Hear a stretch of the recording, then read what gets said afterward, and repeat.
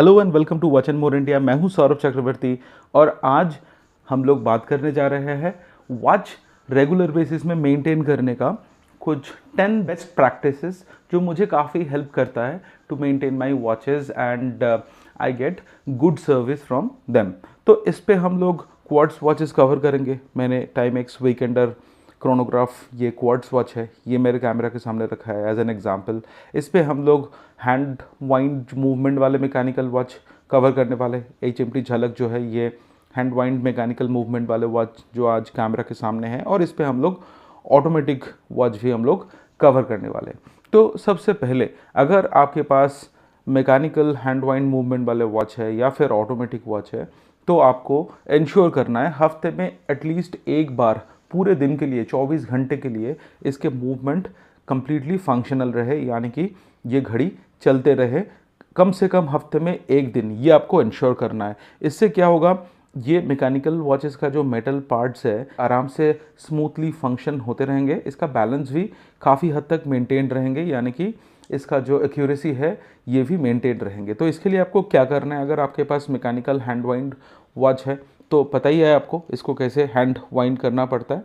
इसका जो ये जो चाबी है, इसको चाबी को अगर आप क्लॉकवाइज घुमाते हैं तो इसका जो मेन स्प्रिंग है इस पर पावर स्टोर होना स्टार्ट हो जाता है। यूजुअली अगर हर रोज़ आप इसको वाइंड करते हो सेम टाइम में हर रोज़, तो 14 to 15 फुल वाइंड ये लगता है। अदरवाइज़ अगर आप हफ्ते में एक बार इसको चाबी लगाना चाहोगे तो कम से कम 20 से 25 बार आपको ये कम्प्लीटली वाइंड करना पड़ेगा। तो कम्प्लीटली इसका मेन स्प्रिंग को वाइंड कीजिए हफ्ते में एटलीस्ट एक बार, रोज़ करें तो सबसे अच्छा है। मैं यूजुअली मेरे जितने भी मैकेनिकल वॉचेज़ है हर सुबह करीब 7 बजे के आसपास मैं सबको वाइंड करके चालू रखता हूँ, टाइम एडजस्ट वगैरह करके। तो हफ्ते में एक बार पूरे दिन चालू रखिए। Same goes with the automatic watches. ये वाला जो सेको 5 स्पोर्ट्स है इस पर मैनुअल वाइंडिंग कैपेबिलिटी के साथ ये पर्टिकुलर वॉच आता है, यानी कि अगर मैं कोई एक पर्टिकुलर दिन में 6 से 8 घंटे इस वॉच को अपने रिस्ट पे बांधे रखता हूँ और नॉर्मल काम वगैरह करता हूँ, तो ऑटोमेटिकली इसका मेन स्प्रिंग में पावर आते रहेंगे। तो that is the best way to keep automatic watch running. हफ्ते में एक बार आपको पहनना है। अगर आपके पास मोर देन 14-15 वॉचेज़ है, जैसे कि मेरे पास 15-16 ऑटोमेटिक वॉचेज़ है, तो उसमें आपको हफ्ते में एक बार पूरे दिन के लिए कोई एक पर्टिकुलर वॉच पहनना आपके लिए मुश्किल हो जाता है। तो एटलीस्ट आप हफ्ते में एक बार मैनुअली इसका चाबी को वाइंड करके, आपको यूजुअली 25 to 30 टाइम्स आपको वाइंड करना पड़ता है अगर आप रोज़ इसको मैनुअली वाइंड करते हो तो। और अगर कम्प्लीटली मेन स्प्रिंग जो है ये अगर इसका कंप्लीट पावर लूज़ कर चुके हैं तो आपको 35 to 40 टाइम्स इसको मैनुअली वाइंड करना पड़ता है। सेम प्रोसेस है, इसको क्लॉकवाइज अगर घुमाएंगे तो इसका जो मेन स्प्रिंग है इस पर पावर स्टोर होना स्टार्ट हो जाएगा। तो आप सबसे प्रेफर्ड जो मेथड है, हर रोज़ सुबह आप इसको 25 टाइम्स वाइंड कर दीजिए, तो वॉच हमेशा चलते रहेंगे। आपके वॉच का लाइफ बहुत लंबा रहेगा। अगर आपके लिए रेगुलर बेसिस में वॉच को वाइंड करने का टाइम निकालना आपके लिए मुश्किल होता है, तो एटलीस्ट हफ्ते में एक बार आप इसको 35 to 40 टाइम्स वाइंड कर दीजिए, टाइम एडजस्ट करके, रेट एडजस्ट करके पूरे दिन उसको चालू रहने दीजिए।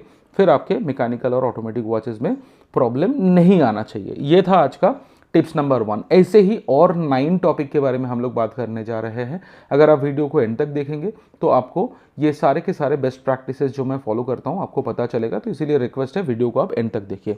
चलिए आते हैं इसका नेक्स्ट जो गुड प्रैक्टिस जो मैं फॉलो करता हूँ। अगर आपके पास मैकेनिकल और ऑटोमेटिक वॉचेज़ है, इस वॉचेज़ में क्या होता है, इसके अंदर थोड़ा सा ऑयलिंग का ज़रूरत पड़ता है।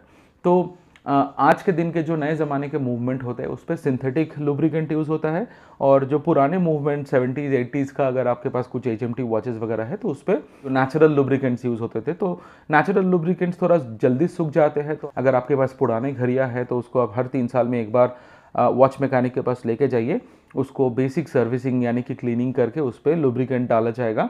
और अगर आपके पास नए ज़माने के घड़ियाँ है ऑटोमेटिक, तो उसको आप हर 5 साल कोशिश कीजिए एक बार सर्विस कराने को। सर्विस का मतलब और कुछ नहीं है, उसके जो जितने भी पार्ट्स रहते हैं, जितने भी व्हील्स रहते हैं, उसको वन आफ्टर अनदर डिसमेंटल करके उसको क्लीन करके फिर से एकदम लाइट टच ऑफ लुब्रिकेशन के साथ उसको दोबारा रीबिल्ड किया जाता है। और आपको अगर पता नहीं, आप खुद से, ऐसा नहीं है कि आप थोड़ा सा क्राउन को पुल किए, उसके अंदर से आपको एक होल दिख रहा है, वहाँ से आप कोई भी इंडस्ट्री ग्रेड मोबिल इसके अंदर आप 1-2 ड्रॉप डाल दिए, ऐसा बिल्कुल नहीं करना है। इसमें फ़ायदे से ज़्यादा नुकसान होने वाला है आपके वॉच को। तो हमेशा आपके वॉच का जो मूवमेंट है, मैकेनिकल या फिर ऑटोमेटिक, इसका मूवमेंट को आप एक्सपीरियंस्ड वॉच मेकर से ही सर्विस कराएं। तो आपको याद रखना है, पुराने ज़माने का वॉचेज़ अगर है आपके पास तो 3 साल में करा लीजिए, और अगर न्यू जनरेशन यानी कि 2015 के बाद ख़रीदा हुआ अगर वॉचेज़ आपके पास है तो उसको आप आराम से 5 साल में एक बार करा लीजिए सर्विस। 200 से 300 से ज़्यादा रुपया नहीं लगना चाहिए, तो उतना खर्चा करेंगे तो वॉच का लाइफ जो है बहुत लंबा रहेगा। गुड क्वालिटी के जो वॉच मूवमेंट्स होते हैं, यानी कि जो HMT में HMT का खुद का मूवमेंट रहता है, जो अंडर सिटीजन लाइसेंस में HMT मैन्युफैक्चर करते थे, या फिर जो मियोटा जापानीज मूवमेंट होता है, सेको वगैरह तो छोड़ ही दीजिए, वो तो बहुत ही लॉन्ग टर्म यूज़ के लिए है। अगर आप हर 5-7 साल में वॉच को सर्विसिंग करेंगे, हर हफ्ता अगर वॉच को आप वर्किंग कंडीशन में रखेंगे, तो आराम से 2 से 3 जनरेशन यानी कि आप 60 to 70 ईयर्स एक वॉच से आप सर्विस लाइफ आप निकाल सकते हैं। तो ये था आज का टिप्स नंबर 2। टिप्स नंबर 3, आपके वॉचेस में हमेशा मेंशन रहता है इसका वाटर रेजिस्टेंस मार्क कितना। जैसे कि ये सेको 5 स्पोर्ट्स है, ये 10 बार वाटर रेजिस्टेंस के साथ आता है। इसका मतलब है 100 मीटर अंडर द वाटर ये जा सकता है। तो वैसे यूजुअली जो वॉचेस होते हैं ड्रेस वॉच कैटेगरी के, वो 30 मीटर वाटर रेजिस्टेंस के साथ आता है। मेरे ख्याल से ये जो टाइमेक्स वीकेंडर है ये आता है 30 मीटर वाटर रेजिस्टेंस के साथ। यहाँ पे आप देख भी सकते हैं, यहाँ पे मेंशन्ड है 30 मीटर वाटर रेजिस्टेंस के साथ। तो यूजुअली ड्रेस वॉचेस में 30 मीटर वाटर रेजिस्टेंस होता है। तो इस टाइप के वॉचेस में एक्सीडेंटल वाटर एक्सपोजर, जब आप हाथ वगैरह वॉश कर रहे हैं या फिर वॉकिंग करते time all of a sudden बारिश आ जाए, तो उतना ही वाटर एक्सपोजर झेलने के लिए यह पर्टिकुलर वॉच बना है। स्विमिंग वगैरह इस वॉच के साथ आपको बिल्कुल नहीं करना है। सिमिलरली अगर 50 मीटर वाटर रेजिस्टेंस वाले वॉच है और एक रेपुटेड वॉच मेकर का वॉच है, यानी कि सेको या फिर टाइमेक्स जैसे गुड वॉच मैन्युफैक्चरर के द्वारा बनाया गया वॉच है, तो उसके साथ आप स्विमिंग कर सकते हो। रेकमेंडेड तो नहीं है, क्योंकि 50 मीटर वाटर रेजिस्टेंस वाले वॉचेस जो है ये नॉर्मल वाटर एक्सपोजर झेलने के लिए ही बना है। अगर आपको स्विमिंग वगैरह करना है तो आपको मिनिमम 100 मीटर वाटर रेजिस्टेंस वाले जो वॉचेस होते हैं उसको चुनना। जैसे कि ये सेको 5 स्पोर्ट्स, इस पर 100 मीटर 10 बार वाटर रेजिस्टेंस है। इसके साथ आप आराम से स्विमिंग वगैरह कर लो, रिक्रिएशनल स्कूबा डाइविंग वगैरह भी आप इसके साथ आराम से कर सकते हो। और इससे भी ज़्यादा जो प्रोफेशनल डाइवर्स वॉच होता है, जैसे कि ये सेको मॉन्स्टर आप देख रहे हो, ये आता है 200 मीटर वाटर रेजिस्टेंस के साथ। तो इसके साथ आप आराम से 200 मीटर वाटर डेप्थ तक आप जा सकते हो। तो जो भी आपके वॉच में डिक्लेयर्ड वाटर रेजिस्टेंस जो स्टैंडर्ड है, उससे ज़्यादा आपके वॉच को आप कभी भी वाटर एक्सपोजर के साथ आप एक्सपेरिमेंट मत कीजिए, वो वॉच के हेल्थ के लिए अच्छा नहीं होता है। तो टिप्स नंबर 4, जब आप एक डाइवर्स वॉच को प्रॉपर डाइविंग के लिए यूज़ करते हो, यानी कि आप डीप सी डाइविंग करते हो और डेफिनेटली इस पर सॉल्ट वाटर वगैरह इस पर लग जाते हैं, या फिर डाइवर्स वॉच पहन के आप आराम से बीच हॉलीडे में भी जा सकते हो और बीच साइड स्विमिंग या फिर बीच में टाइम स्पेंड करना, ये सब भी आप कर सकते हो। पर आपको इंश्योर करना है कि सॉल्ट वाटर जो आपके वॉच में लग गए हैं उसको इमीडिएटली आप, जैसे ही आपका वॉटेवर सी एक्टिविटी ख़त्म हो जाता है, आप उस आपके जो डाइवर्स वॉच को आप फ्रेश वाटर से क्लीन कर लीजिए, ताकि कोई भी सॉल्ट रिमेनिंग आपके वॉच में डिपॉजिट ना हो। क्योंकि आपको पता ही है, सॉल्ट के साथ वॉच का जो केस मटेरियल है उसके साथ रिएक्शन होता है, सॉल्ट डिपॉजिट हो जाता है। इससे क्या होता है, आपका जो केस है इस पर कोरोजन हो सकता है। तो आप हमेशा अवॉइड कीजिए कोई भी हार्ड वाटर एक्सपोजर या फिर सॉल्ट वाटर एक्सपोजर के बाद आप आपके डाइवर्स वॉच को फ्रेश वाटर से क्लीन कर लीजिए। फिर उसके बाद एक ड्राई कॉटन क्लॉथ से उसको वाइप कर लीजिए। फिर क्रिस्टल के ऊपर भी कोई स्पॉट नहीं रहेंगे और वॉच का डायल भी एकदम मेंटेन रहेंगे। तो ये और एक चीज़ आपको ध्यान में रखना है कि सॉल्ट वाटर एक्सपोजर के बाद वॉच को वैसे ही नहीं छोड़ के रखना है, उसको एक बार क्लीन कर लेना है। अदरवाइज क्रिस्टल में भी स्पॉट आएंगे और केस में भी कोरोजन का साइन आपको दिखने लगेगा। आपके पास अगर ब्रास डायल वाले वॉच है, जैसे कि ये particular chronograph watch Timex Weekender, ये ब्रास का डायल है। तो ब्रास का डायल में क्या होता है, अगर आप रेगुलर बेसिस में पहनते हो तो आपके रिस्ट में जो स्वेट वगैरह रहता है तो इसका डायल में ये लग जाएगा। और सेम लॉजिक अप्लाइज, ये आपके स्वेट में भी काफ़ी सारे सॉल्ट रहते हैं और ये अगर आपके डायल में, ब्रास के बना हुआ डायल में अगर डिपॉजिट होते रहेंगे तो definitely that will create rust like symptoms. Definitely brass में तो कभी रस्ट नहीं आते, टिपिकली रस्ट जो नॉन स्टेनलेस स्टील आयरन होते हैं उसी में आते हैं, पर ब्रास में आपको कुछ स्पॉट्स दिखने लगेंगे, that is purely because of the salt deposit. उसको क्लीन करना बहुत डिफिकल्ट होता है। तो इसीलिए जब आप वॉच पहनते हो और आपके जो भी स्वेट है वॉच निकालने के बाद, उसको एक डैम्प क्लॉथ से, डैम्प मतलब आप कोई एक जो आपके पास हैंकी वगैरह है उसको आप एक बार गीला करके कंप्लीटली उसको निचोड़ लीजिए। पानी निचोड़ने के बाद जो भी डैम्प क्लॉथ है उससे आप अगर वॉच को क्लीन कर लेंगे after every use, and ensure अगर करेंगे कि कोई भी स्वेट इसका जो केस में लगे नहीं है, कंप्लीटली क्लीन हो गया है, तो आपका जो केस है, केस का शाइन भले ही ये ब्रास का बना हुआ हो, शाइन ऐसे ही बरकरार रहेंगे। तो ये था आज का tips number 5 to maintain the quality and the polish of a brush. Brass के बना हुआ जो केस है उसका उसको मेंटेन करने का एक तरीका मैं आप सबके साथ बताना चाह रहा था। तो ये था आज का टिप्स नंबर 5। देखिए, आप सिर्फ ब्रास केस के लिए ही नहीं, जब भी आपका एक्सेसिव स्वेटिंग वगैरह होता है, अगर आप में से कोई अगर ऐसा एरियाज़ में रहते हैं इंडिया के अंदर जहाँ पे ज़्यादा ह्यूमिड क्लाइमेट है, जैसे कि मेरा होम टाउन है इन वेस्ट बंगाल, तो वहाँ पे बहुत ज़्यादा स्वेटिंग होता है, तो आप irrespective of the case material, भले ही वो ब्रास का बना हुआ हो या फिर स्टेनलेस स्टील का बना हुआ हो, मैं हमेशा आफ्टर यूज़ एक डैम्प क्लॉथ से मेरा वॉच को क्लीन कर लेता हूँ, स्वेट को कम्प्लीटली क्लीन कर लेता हूँ, और उससे मेरा वॉचेस का जो शाइन है बना रहता है। तो ये एक गुड प्रैक्टिस मैं फॉलो करके बहुत ज़्यादा मदद मुझे हुआ है। मैं I thought of sharing with all of you. Then tips number 6, आप कई बार क्या होता है, आप वॉच पहले पहन लेते हो, उसके बाद आप कहीं तैयार होने के लिए परफ्यूम वगैरह स्प्रे करते हो। तो परफ्यूम में क्या होता है, मोस्टली जो परफ्यूम्स है वो अल्कोहल बेस्ड परफ्यूम होते हैं, कुछ वाटर बेस्ड परफ्यूम होते हैं, कुछ ऑयल बेस्ड परफ्यूम भी होते हैं, और उसके अंदर केमिकल्स डिक्लेयर्ड हो या ना हो, केमिकल्स तो उस पर रहता ही है। तो वॉच पहन लेने के बाद आप कोशिश करो कि आप परफ्यूम यूज़ नहीं करने का, क्योंकि वॉचेस में पेंटेड पार्ट होते हैं, जैसे कि ये वाला पर्टिकुलर सेको में ये जो एल्यूमिनियम इंजर्ड बेजल है, ये पेंटेड बेजल है। ये HMT झलक अगर देख लो, ये कम्प्लीटली ब्लैक कलर का पेंटेड ब्रेसलेट के साथ ये पर्टिकुलर वॉच आता है। तो कोई भी केमिकल एक्सपोजर से मैं यूजुअली मेरे वॉचेस को बचा के रखता हूँ। तो पहले मैं परफ्यूम यूज़ कर लेता हूँ, डीओ यूज़ कर लेता हूँ, उसके बाद मैं मेरा वॉच पहनता हूँ, टू इंश्योर कोई एक्सीडेंटल स्प्रे मेरे वॉचेस पे नहीं गिर जाए। तो इससे क्या होगा, ब्रेसलेट या फिर डायल या फिर जो भी पेंटेड पार्ट है उसके शाइन जो है बरकरार रहेंगे, सालों साल वॉच नए दिखेंगे।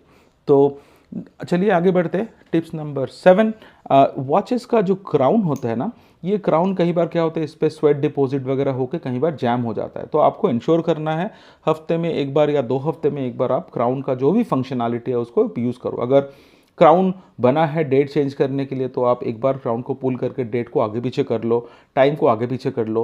हफ्ते में एक बार अगर नहीं पॉसिबल है तो 2 हफ्ते में एक बार आप ज़रूर क्राउन को यूज़ कीजिए। इंश्योर कीजिए क्राउन हमेशा फ्री रहे। इससे क्या होगा, क्राउन कभी जैम नहीं होंगे और आपका वॉच का जो भी फंक्शनैलिटी है वो स्मूथली ऑपरेशनल रहेंगे।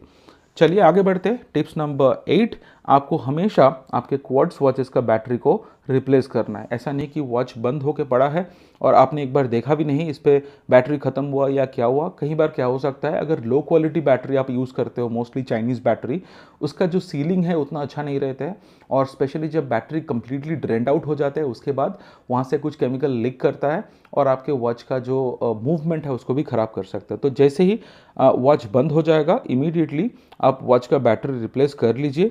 और वाइल सिलेक्टिंग बैटरी आप कोशिश कीजिए जापानीज़ या फिर स्विस मेड बैटरी ही आप चुनिए। उससे क्या होगा, आपको एक तो है कि कॉस्ट एडवांटेज मिलेगा। जो बैटरी आपका साल भर में ख़राब हो जाता है चाइनीज़ वाले, स्विस या जापानीज़ आराम से 2 से 2.5 साल चल जाना चाहिए। और वो सारे बैटरी का क्वालिटी भी बहुत अच्छा होता है जापानीज़ और स्विस मेड, तो उसमें कभी भी लीकेज वगैरह का प्रॉब्लम भी नहीं आएंगे। दोस्तों, आज का जो नंबर 9 और नंबर 10 टिप्स है, ये दोनों टिप्स है for the strap and bracelet maintenance. देखिए, अगर आपके पास लेदर स्ट्रैप्स है तो उसको भी थोड़ा बहुत आपको अटेंशन देने की ज़रूरत है, क्योंकि अल्टीमेटली लेदर स्ट्रैप्स जो है वो बनता है एनिमल स्किन से।